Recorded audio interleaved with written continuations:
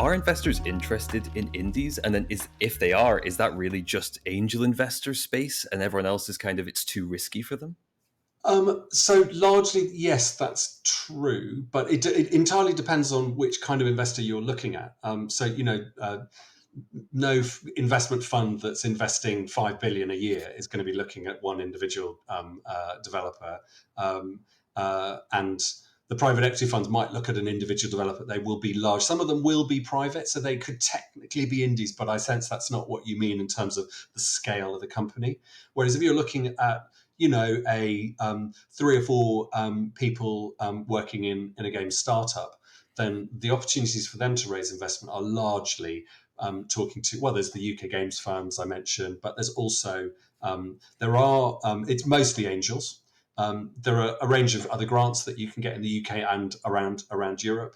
But really, there's only a small number of really early seed stage investors, institutional investors, that will take positions in companies that small. So it can be quite a tough sell. It's not impossible at all, and I'll talk a bit later about what some of the things that investors are looking for when they're looking at a really early stage company. But it really depends. It's horses for courses. What size of fund is looking at what size of company? It completely depends.